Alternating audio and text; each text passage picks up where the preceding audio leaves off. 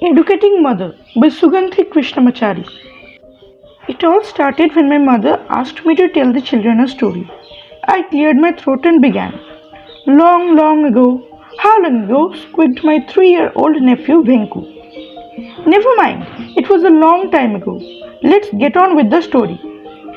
Try telling my history teacher that, said my 12-year-old daughter Ambu. She insists that I get all the dates right in my history test. I decided to ignore her. There was this girl called Goldilocks. The names parents come up with, muttered Ambu in a complaining way. Thank God you didn't choose to call me Long Nose or Saucer Eyes. Goldilocks decided to go for a long walk. I continued. Did she have a weight problem? Asked my 4-year-old son Ramu, who seemingly appeared curious for a greater insight in this story. No, she didn't. She went for a long walk and strayed into the forest. Soon she discovered that she was lost.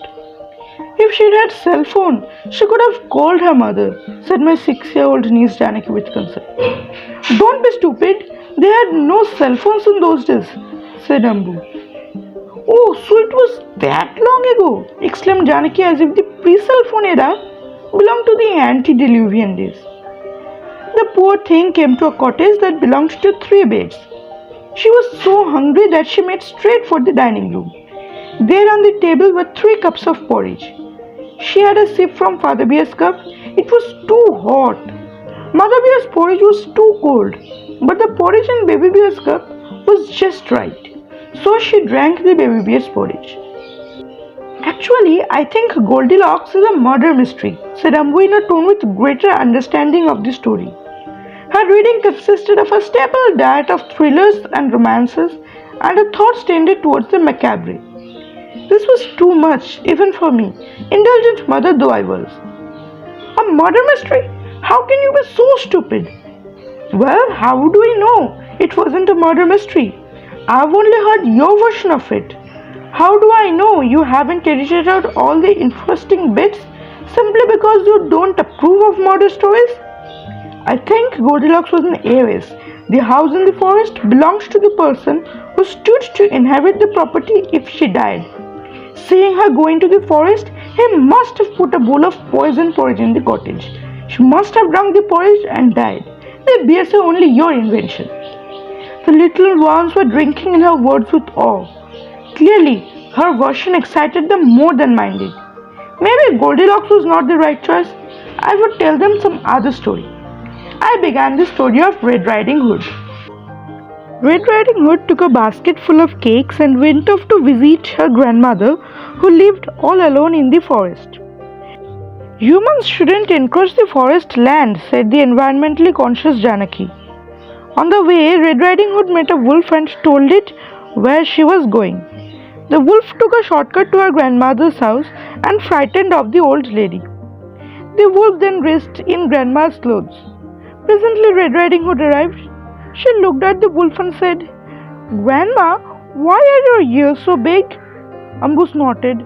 If one of us had mistaken a wolf for grandma, would have been eaten by grandma, even if the wolf had spared us.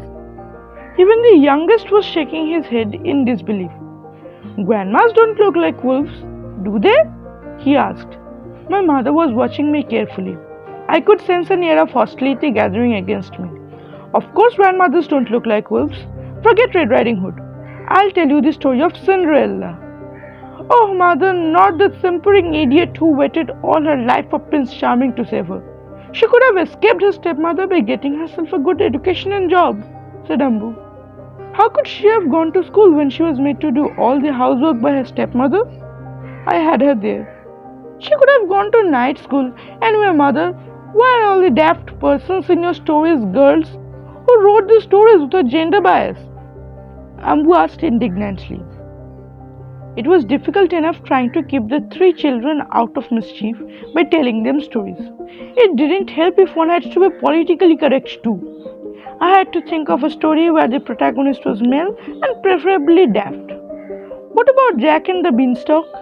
I've heard that one, said Ramu. That's the one where Jack plants a seed and a very, very tall plant grows from it overnight.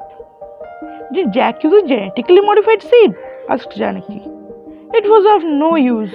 I had to think of something else. What about the old story of Patla Bhairavi, where a man wears magic slippers that takes him wherever he wants to go? How were those slippers propelled?